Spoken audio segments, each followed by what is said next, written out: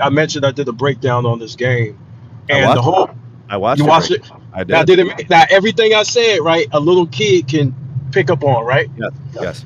Okay, so it's not about scoring, right? Our offense was our defense, right? So they were telling everybody was telling Kobe not to score, right? This is why people got to know historical context. Kobe was being criticized by Charles Barkley after he dropped 50, right? You remember the game where Kobe did the fist bump after he hit the buzzer beater? Yep. He did not score a lot of points that game. You know what? Kobe had 24 that game. Yeah, Yeah, that was yeah, his average for the series. Yeah. yeah. So this is the thing, right? At halftime, Sean Marion, they interviewing Sean Marion, right? Sean Marion literally says Kobe has 23 points at the half, 60% field goal percentage, right? Right. And the reporter asked him, "Hey, how do you feel about what Kobe's doing right now?" He said, "I don't care." He said, "We up. We winning by 15." Yeah. Phoenix Suns they were 7 seconds or less. That was their offense. They did not care about scoring. They wanted to score. They wanted you to get up and down the floor. We were trying to slow down the pace and control the clock.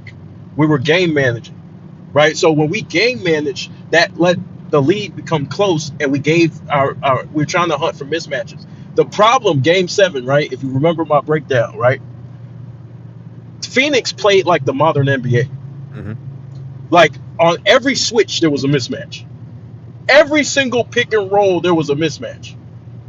Literally, Steve Nash would call for a pick and get Kwame up on the pick and roll. Kwame did not feel comfortable guarding that far out, right?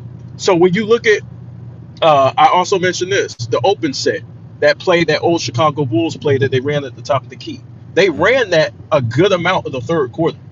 When you see Kobe standing there not doing anything, he literally is trying to create space for open lanes for Lamar Odom to drive and Kwame to operate. If Kobe comes further into the paint, towards the paint, they're going to trap. So let me get this straight. Lamar Odom is having plays drawn up for him, and he shoots 5 of 14. Yes, Carry on. Carry on. yes. And so these are play calls called by Phil Jackson. This isn't just some random play calls. These is play calls that Phil Jackson is running, right? So when you look at, let's take Smush Parker for example. Smush Parker sometimes, and he was good defensively, right? Hmm. But sometimes he would shoot early, like in some, in the first quarter, he would shoot early in the clock, right? That was an issue because what they're trying to do is slow it down and turn it into a grinding game. Kobe wasn't just jacking up shots the whole series like people think and just stop shooting and go cold turkey. He was never taking that many shots, right? The only game you could point at is when he dropped 50, right? Hmm. Other than that, he was literally trying to run the offense. So even when he dropped the 60, I mean the 23 on 60% shooting at the half, he was still game managing. He played with an offense. Now, when you go into that third quarter, what happened? That open set play was being ran. Kobe was aggressive. Just because you don't shoot doesn't mean you're not aggressive, right? He was playing defense. He was engaged. He was fully engaged in the defensive schemes. He was trying to cut off Nash. And remember, Nash got hurt. That's another thing. Nash got injured, and so when you see that play where Kobe's waving him to Smush Parker to attack Nash, that's because Nash got injured in that game, right?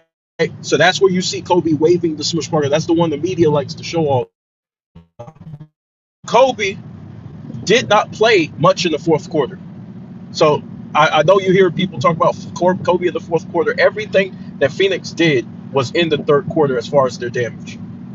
I mean, They ran us out of. they won 31 points. The margin was insane. Like Yep, nobody was ever. It wasn't really a close game after halftime. It was always double digits the whole way. it was, Actually, and you then know what I saw? You know what I saw, film room? I saw the same sets that were working in game 2 and game 3 and game 4. I saw those yep, same sets. exactly. He was called for offensive fouls. They were supposed to swing and take advantage of mismatches in the post. But when Kobe attacked, he got called for some charge. He took a 3-point attempt in the corner and missed it. But this whole notion that Kobe quit, you can look at his body language. He was still engaged. He was still telling guys what to do on the defensive end. Uh, Another thing is Leandro Barbosa. Leandro Barbosa, Boris Diaw, they woke up. Yeah, I they were think they went. terrorizing the Lakers. Yep. Yeah. So they weren't playing well early in the series. They went off. They had I There's, think they were shooting 60%. They were accounting for 45% of the team's offense between the two of them. Yes. Yeah. So Raja Bell getting hurt was a big part of why Leandro Barbosa went off, because he was able to go into the starting lineup and he was able to do damage and speed up the game that we were trying to slow down. Leandro Barbosa was scoring like 20, 22 points a game in those last few games. Yes. Yeah, Barbosa was going ham, man, and then DL showed up, and it was a wrap. I mean, people want Kobe to do a miracle. I don't have a problem someone critiquing Kobe's performance in Game 7. I don't have a problem with someone saying, you got to shoot more. I don't have a problem with someone saying that. What I'm saying is he dropped 50 the game before and they lost. Yeah. And there are games where he scored 17 and they won. Yeah. This series was not won and lost on Kobe scoring 50. It was won and lost on the defense that was able to be played against the Suns. When the Lakers held them, they won. When they could not contain them, they got their asses kicked. Lakers defensive rating, as far as where they were at as a team, so people can understand the challenge of playing Phoenix Suns. The Phoenix Suns, who were the greatest offense of that decade. Can we understand the challenge of trying to? Kobe was in the worst spot you could possibly be in. They told him not to shoot. That was how bad it was, to where he had to be careful. He was going on a fine line. He was on a fine line that, should I shoot this much? Should I shoot more, or should I not shoot? He had to literally play with that, because if he scored more than the 23 points that you were talking about, we were going to lose. Well, so here's some important context. The Phoenix Suns won this series. They won the next series, and then they went to the Western Conference Finals, and they lost to the Dallas Mavericks in 6. The Mavericks go to the finals, and they end up losing to the Heat. But the important thing about the Phoenix versus Mavericks series, so how did Phoenix lose? Every high-scoring game, and what I mean by high-scoring, games where the Suns are scoring 110, 120, they're winning those games. Right? Mm-hmm. So, when they're getting what they want, they're winning. The only reason why the Mavericks were able to pull this off is because they were able to slow them down. The Phoenix Suns lost Game 2 of that series against the Mavericks because they couldn't score 100. They lost Game 3 because they couldn't score 100. They lost Game 5 because they were only able to score 100. And they lost Game 6 because they couldn't score 100. So the Mavericks had a good, reliable offense, and they had the defense that was able to slow them down, slow down the Suns. It was a 7-game series in which the Lakers could not stop the Suns enough in 4 of the 7 games. It had nothing to do with Kobe dropping 50 or 17 or 24 or 23. It didn't matter.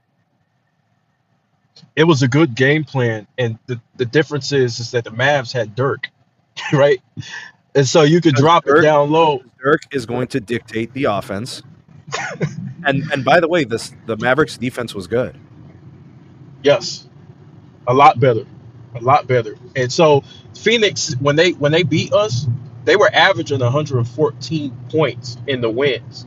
We're talking about modern era averages. This Phoenix Suns team was revolutionizing how basketball was played. And so what Kobe was up against was a generational offense. and he was able to make that a challenging series. You know what I mean? So it's not about scoring. You can score 1,000 points. They don't care.